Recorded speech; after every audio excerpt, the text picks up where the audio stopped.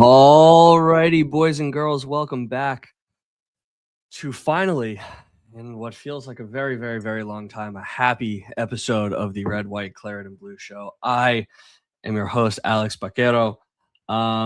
Christopher Noah's Ark Condit was not able to make it today. As many of you remember, he's over the course of the past year, he's been dealing with a number of biblical plagues affecting his household.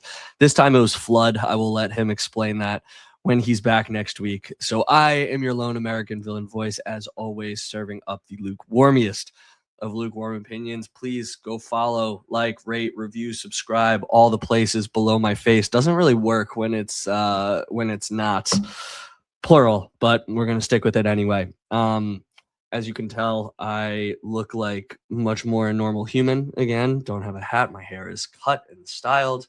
I'm clean shaven because unfortunately I have to go back to work this week or next week, I suppose.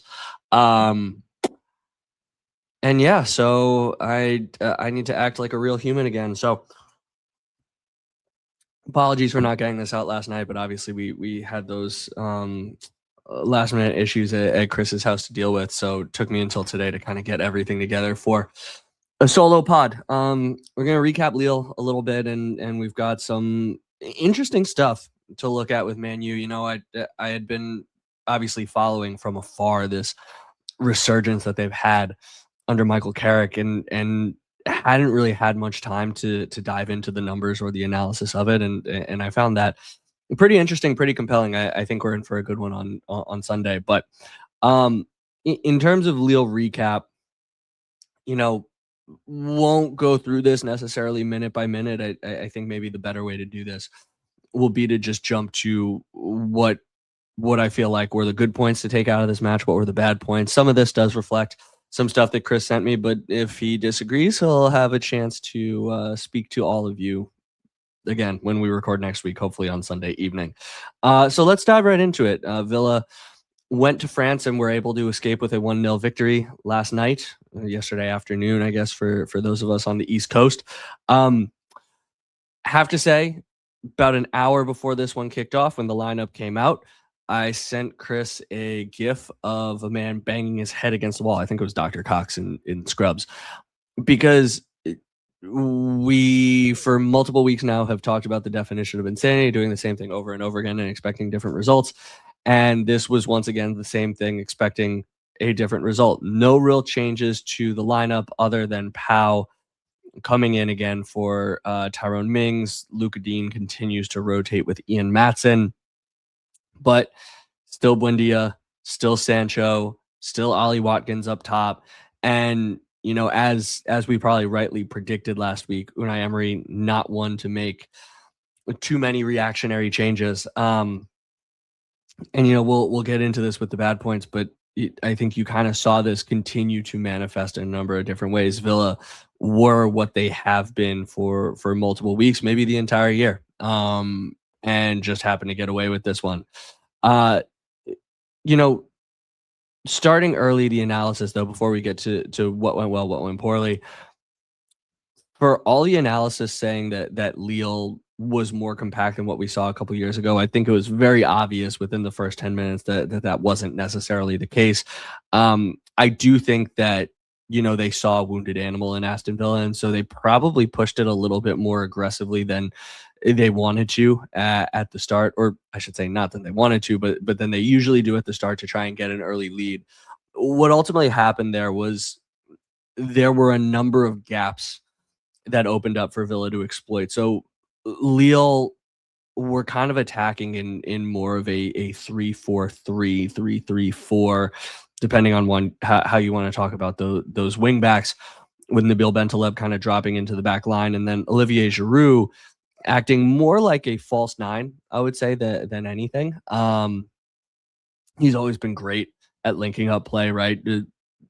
Won a World Cup, never scoring a goal because he was able to create so much for other players. Really respect what he's done throughout his career. But anyway, you know, what we did get right was that with a formation like that, Lille very much was trying to push Villa wide. They were very they were trying to be compact through the middle, but I think in their zealousness to get forward. There were a lot of gaps for Villa to play through and exploit. And so very early on, we saw a match that was kind of going end to end and seems like there was a lot of offense in it, but with very, very little end product. And part of the reason for that was Villa were able to stay organized along their back line, which was good. But they were incredibly sloppy in possession. Once again, Emi Buendia in particular just seemed to be losing the ball either on the dribble or on the pass every single time it came to him. Really pains me to say, as someone who I feel like has been chair of the Emi Buendia fan club this year, and he did get another assist and march towards my prediction for end of year goal contributions, which, by the way, to slag off a player as much as we are with double digit goal contributions on the season, and then to be begging for a player to play who has one assist all year just boggles the mind for me. Um, I'm not saying that we should be praising Emi Buendia. I think we should be slacking them both off if I'm going to be completely honest. Uh, but yeah, so ultimately both teams I think really kind of frustrated each other in the first half, and then the second half, opens up with one kind of moment of magic, and then you kind of see what happens from there. Since this was a good match, but that we need to end on, I feel like, some positive vibes moving forward. I'll start with the bad points, and then we'll close with the good ones before we move into Manchester United. So, bad points. Listen, I kind of alluded to this earlier. Despite the win, we saw a lot of the same issues that have been plaguing Aston Villa recently. A bad Ollie Watkins, a bad Jadon Sancho, a bad Emi Buendia, a lot of poor individual performances. Um, there was no offensive impetus. Villa were incredibly easy to defend outside of a wonder goal out of nowhere. They were much too narrow. Buendia was far too central, leaving no one really out on the left wing. Luka Dean had acres of space, but no one would pass it to him out there. Um, and ultimately, Villa kind of just Steven Gerrard era-esque scored a wonder goal out of nowhere with their only shot on target in the 60th minute. And then they never got another one. You can't count on scoring on your only shot on target every single game. That's pretty poor offensive game planning. And they gave up a number of gilt edge opportunities the other way. Ultimately, Lille weren't able to capitalize on them, but you would assume that better teams, particularly in the Premier League, will. 32nd minute, yeah, they were narrowly offsides, but ultimately Lille should have put that in the back of the net. But a bad miss. They went incredibly close again through a header that you expect someone of Olivier Giroud's quality to score. It was great build-up play, but it was a pretty easy chipped ball over the top to what was it, Thiago, I think, who got that, and Thiago Santos who got it and put a great cross in. He was a terror down the right side. Definitely got that one wrong. Lille seemed to really focus on Villa's left as an area for them to exploit, as opposed to going through their own left, Villa's right. And there was a real moment in the first half there where it seemed like Villa were hanging on. Emi Martinez was spilling balls into the central left and right, getting bailed out by Pau and Ezri Konsa. And so it was very nervy there. And on another night, Lille might put 2 or 3 of those away. The counter to that, I suppose, is that Villa had other opportunities as well where they came close. You have Amadou Onana hitting the post, but again, that would be a wonder goal stunner that I don't think you can necessarily count on every single week at this point.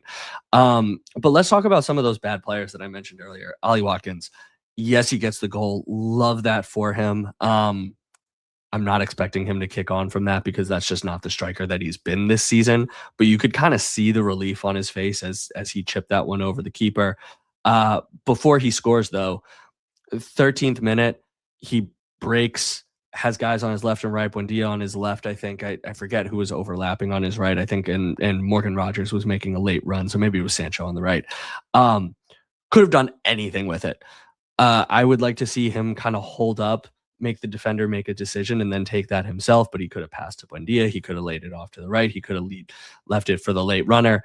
Instead, I think he tried to pass to Buendia and just fired it high and wide out of bounds. Really a lack of confidence play there. 27th minute, had a one-on-one opportunity with the defender, kind of fell over his feet and stumbled a half-hearted shot into the guy's legs. Way too easy to defend in that moment. 29th, he gets in behind. Onana can't necessarily find him. And then obviously second half, he gets that opportunity where he's going one-on-one with the keeper. The fact that he doesn't get a shot off there and just kind of like jumps over and falls to the ground, that's never a penalty in my book. Ball's gone. I do think he probably could have gotten to it if he doesn't land on the keeper, but also I don't really feel like the keeper was making a play on him.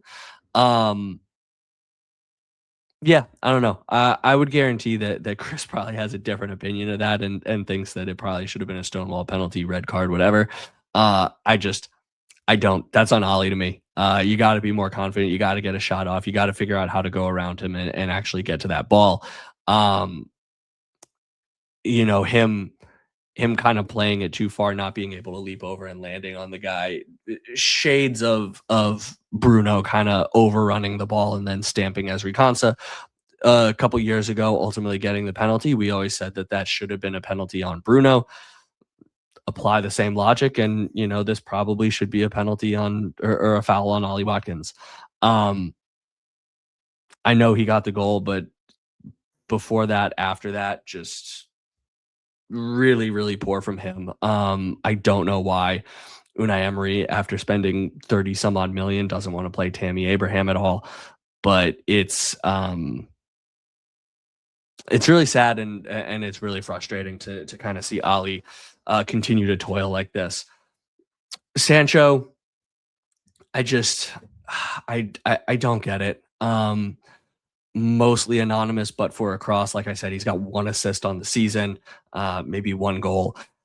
Still don't understand the clamor to play him. 45th minute, skies across. I don't know what he's doing with that. Almost sends Pau to the hospital late in the second half, and otherwise didn't really do much for me.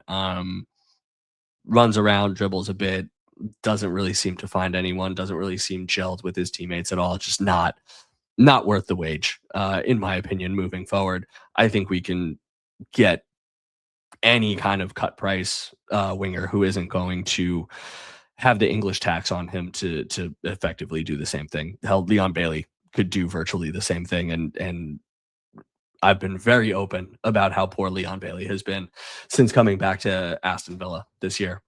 And then Buendia, I mentioned him earlier, so we don't need to necessarily pile on with him, but lost the ball a lot. Yes, he gets the assist, but just overall not the best performance from him.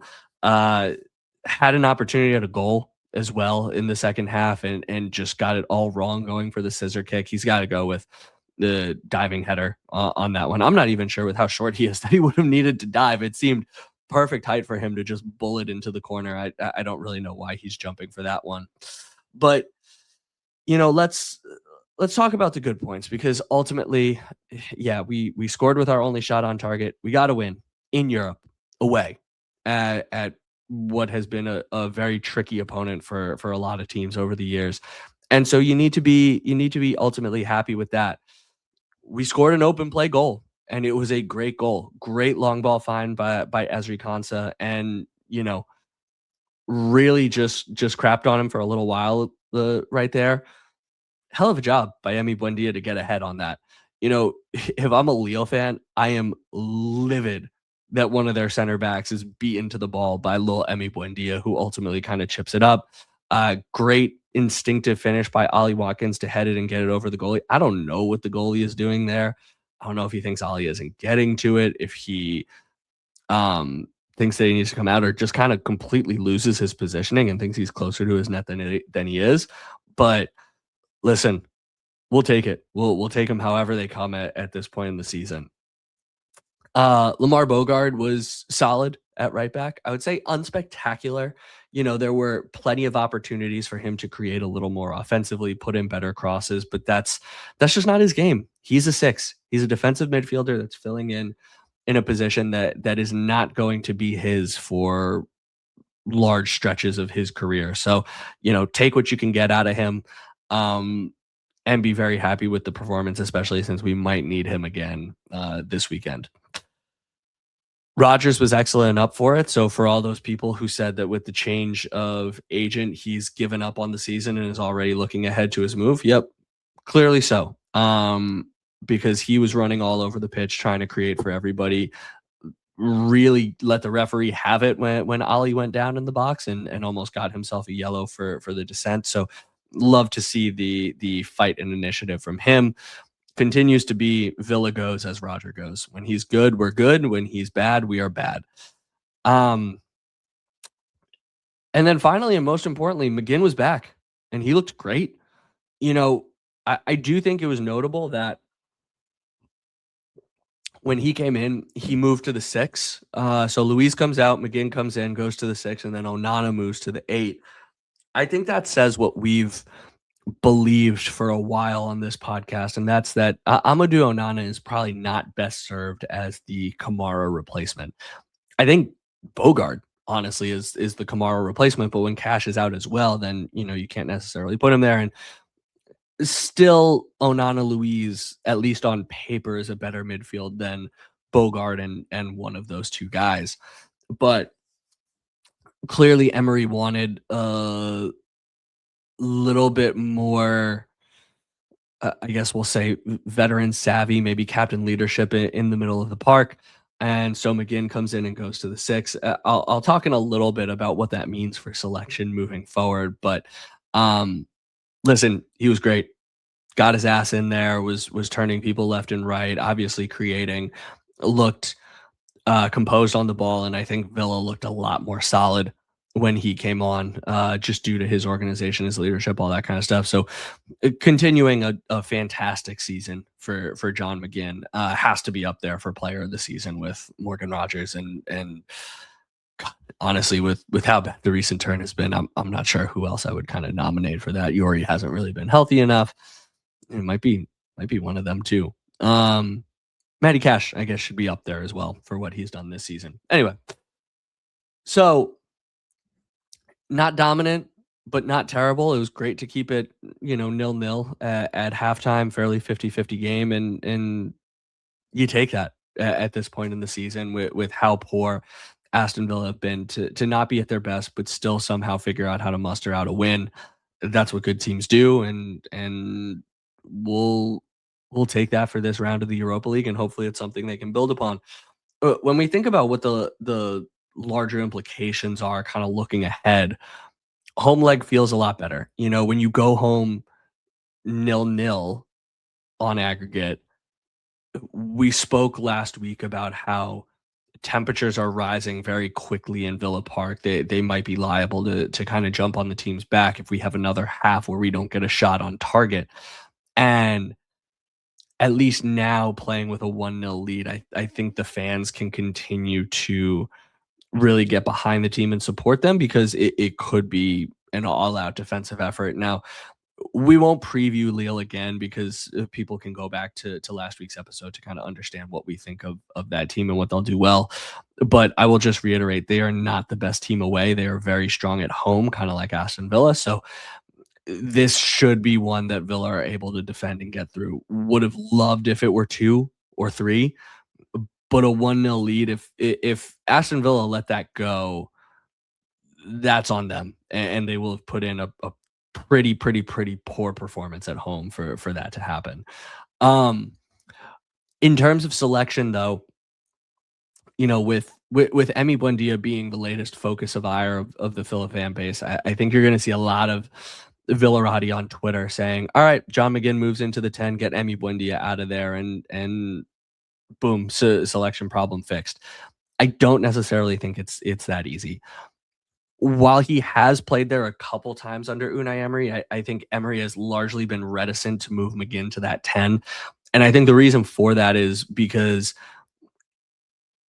for everything that John McGinn does very well, industry, tackling, protecting of the ball, passing, swinging out wide, whatever, I don't necessarily know that he's adept at floating in and out of those pockets of space just underneath the striker. That's just not his game. Even when he plays the 10 for Scotland, that's not necessarily the 10 that he's playing. He's driving from deep, really more of an advanced 8 kind of situation. Buendia, Rogers, much more of those creative kind of players who can just be almost a little lazy to move in and out of those spots, and that's just not a word that you ever use for John McGinn. So, unfortunately, I think until Yuri comes back, Emi Buendia is staying in the lineup right now. I think the casualty is either going to be Douglas Luiz or um, Jadon Sancho, maybe occasionally Amadou Onana as Unai continues to try to manage his fitness through the end of the season. And so, why? What ultimately happens there? Listen, could you put McGinn at right wing, Sancho at left, and move Rogers to the center? Yeah, and Unai might do that. Unfortunately, I still think that the way Aston Villa are playing and with those specific players in those positions, you're looking at a team that's incredibly narrow. Rodgers is going to be able to be marked out of games. And so I want to do whatever I can. If you're going to build the team around any one player, it's got to be Morgan Rodgers right now and where he can be most successful. And in my opinion, Morgan Rodgers is most successful on the left wing, where he can get guys one on one, where he can drive at defenses, where he has the ability to cut across goal onto his right foot, put some of those curlers in or put crosses in, link up with Ollie Watkins or hopefully Tammy Abraham. So if you're going to put him at the left wing and build the rest of the team around that, I think you're really waiting on Yuri Tielemans to come back to play that number 10. Um, I don't see Unai Emery putting like Douglas Luiz there. Obviously, it just doesn't necessarily work. Um, and even when Yuri does come back, the midfield behind him is fairly thin. You have Onana and Luiz, but I think you need Cash healthy again so that the deputies for both of those positions are Bogard and Barkley, which is still kind of a drop off. So um unfortunately our selection issues persist until at least Yuri is more healthy. Um it's going to be great to have him again back in the lineup and I think probably starting against Manchester United, but I don't think that it's going to be for the player that a lot of Villa fans hope for. And so with that, let's turn our attention to Manchester United. So Sunday, 10 a.m. Eastern time at Old Trafford. Last time we met, we won 2-1 just before Christmas on Morgan Rogers double stunner. I think he had 0.04 xG on his first goal.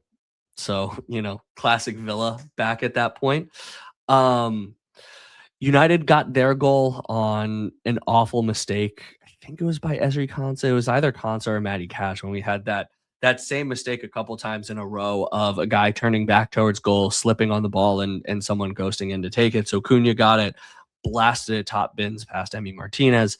Um, United were on top for a lot of this game under Amorim, but couldn't necessarily finish. It wasn't the most convincing performance from Villa, but it was our 10th win in a row. So we kind of brushed it under the rug at the time, probably more indicative of where this team was going. Um, and it was a different world for Aston Villa. We were able to bring on Buendia, Luka Dean, Evan Gasson, Daniel Malen, Lamar Bogard, and United were bringing on no-name teenagers. I feel like our fortunes have really flipped since then. And how have they flipped? The Michael Carrick revolution. So he comes in January 13th, a couple weeks after that match. And since then, they've gained 19 of a possible 24 points, with Newcastle United last week being his first loss. And they've got some good wins. Wins over City and Arsenal back to back, very Villa-esque in that manner, as I believe his first two matches. And to continue the Villa comparisons, but for their 2-0 win over Spurs, kind of like but for Aston Villa's 3-1 win over Fulham earlier in the year, all their victories have been one goal. Actually, all their games have been one goal differential. So they either win by one, or in the case of Newcastle, they lost by one. And they've only won the XG battle in half of those. So a bit of an overperformance on a game to game basis, although a lot of theirs are, even when they lose, they're very close. How's he done this? Kiss. Keep it simple, stupid. Uh, he moved from Amarin's back three highly, highly what's a kind way to put this? Intentional with his buildup. Listen, Amarim was a coach that very detail oriented, very complex structures, um, passages of play. The patterns were very organized and regimented in how he wanted his team to build up. Very slow and deliberate and methodical in how they moved up the pitch and kind of controlled the ball. Carrick has gotten them a little bit back to basics. So a little bit more of a standard 4-2-3-1, 4-3-3. They're much more direct. They're really just trying to get the ball, find their midfielders on half turns, and then get running at defenses quickly. Emphasize their verticality and their athleticism. Get some more traditional wingers out there for Cunha and Buemo, etc., as opposed to using them as those tight inside forwards that Amarim did. Uh, uh, we joke a lot about like understanding the DNA of a club, like what does Manchester United stand for? Outside of clubs like Barcelona, and now I suppose to a certain extent Manchester City. I wouldn't say that there's a ton of like DNA in clubs, but uh, that being said, the Michael Carrick era of Manchester United, very much direct, pacey wingers, defend, counter, etc. And so this does feel much more of a Fergie or traditional Manchester United in how he has them playing. And then defensively, he's much simpler and much more solid. Whereas Amarim would press high, press very aggressively, but ultimately leave the team fairly exposed. Carrick has them in much more of a mid-block structure, much tougher to break down. It's much more of a situational press. Again, very similar to Aston Villa. We don't press all the time. There are specific moments that trigger the press where Aston Villa will jump forward. Manchester United are much the same. He's got the double pivot, very much covering the back line. And so it's decreased a lot of that openness. They don't concede as much in transition as they were prior under Rumba Amarim. And so what he's ultimately trying to do with that defensive structure is force teams into long range, much more speculative shots, keep them out a little bit wider. Obviously, with the double pivot in front of a back four, the center of the park is very compressed for them. So, you see with a lot of this, like a lot of traces of what made Villa so successful over the first half of this season that Manchester United are kind of replicating into the back half. Not quite as tactically astute as Unai Emery, but you see a lot of the foundational pieces are kind of similar. And so you have to wonder at what point are teams going to figure out Manchester United the way that they figured out Aston Villa this year. Unfortunately, I don't necessarily think that it's going to be this week. I don't think that it's going to be Aston Villa to figure them out, just because Villa themselves don't seem to have the structures to break down or defend well what United are doing so effectively under Michael Carrick. Villa are incredibly open in transition, incredibly open to runners from deep, runners in behind, to pacey attacking wingers, and they don't break down mid-low blocks very well. They don't use their width. They keep trying to go down the middle, even against Lille. So I think Villa, particularly at Old Trafford, could unfortunately really struggle in this one. They do have some injuries over at Manchester United. De Ligt, Dorgu, and Mazraoui should all be out. Lisandro Martinez expected to be back in. But from the Villa perspective, despite the win, we should be riding high. I'm not sure I see it. I think we're going to continue to be narrow. I think we're going to continue to kind of be frustrated, and I don't envision Unai Emery making too many changes. Cash, in terms of a lineup, obviously Emi Martinez is going to start in goal. I don't think Cash is going to be ready for this one, considering that he didn't really train much this week and ultimately missed the match in Lille. I know there's hope that he'll be back for United, so maybe I'm wrong. But I think it'll still be Lamar Bogart out there. Ezri Konsa. This could be one that Unai Emery wants to bring Tyrone Mings back in for, expecting us to be under it a little more. But I still prefer Pau, and I think Pau might start in this one again. He was crucial to Villa's buildup and getting some of those passes out of the back against Lille, and I think we're going to need that again against Manchester United to try and break them down. It's not his fault that every time it got to Emi Buendia, it was lost. You know, you still need to look at how he reads the game, the interceptions that he made, his ability to kind of cut off some of those pacey wingers of Manchester United that Tyrone Mings doesn't necessarily read the pitch quite as well. So I'll have Pau Torres in there, and then I think Ian Maatsen, the reason why he was rested against Lille is because he'll start on the weekend. I still think it'll be Onana and Luiz in the midfield. And then in front of them, I think it'll be Morgan Rogers, Emi Buendia, and John McGinn. And then Ollie Watkins up top. So yes, we get our captain back, and hopefully that helps us a little bit. That'll help us in transition. Maybe instead of Emi Buendia getting on a few of those balls, we look a little bit more to the right side, get it to John McGinn, who can actually hold it up and release Morgan Rogers and Ollie Watkins.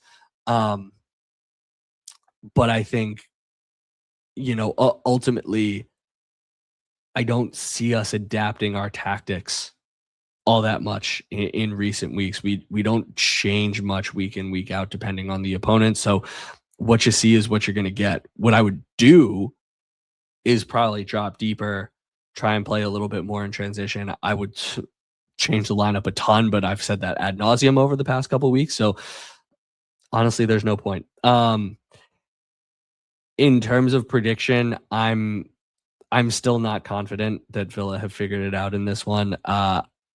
Especially going to Old Trafford. I'm predicting a 2-0 United win. Hopefully I'm wrong about that, but it's really tough to see anything else until Villa stack up a couple of wins. I know Chris and I were wrong about the Lille match. Obviously did not end 2-1 to Lille, so hopefully I'm wrong again. But we'll see Sunday.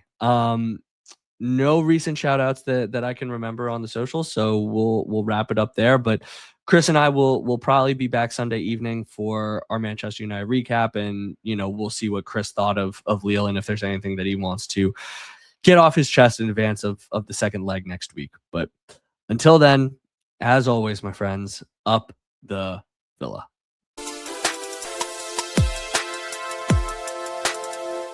Hi, Mom and Dad.